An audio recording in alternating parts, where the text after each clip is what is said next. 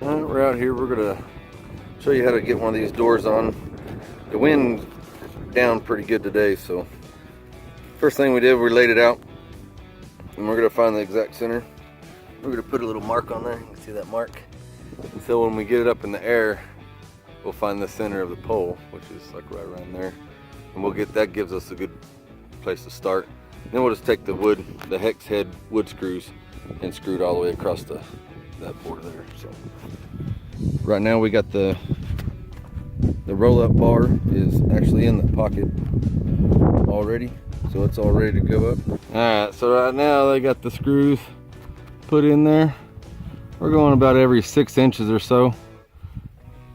In the plans it does not say every 6 inches, but in the winds that we have around here, we double up on everything we do. So what he's gonna do here, he's got a bracket that he's gonna put in.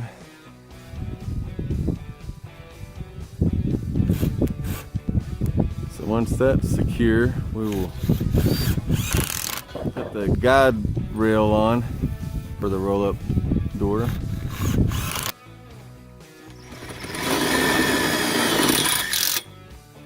Alright, so we're putting 2 of these guys right here. Those little tappers. Put 2 of those in there. And that way it holds it good and tight. Vibrations from the wind ain't gonna knock them out of there. We got 2 up there, and we'll do 2 down here at the bottom. So we got our 2 in the bottom, 2 in the top, so that rail is on there. And they'll go to the other side and they'll do the other rail over there.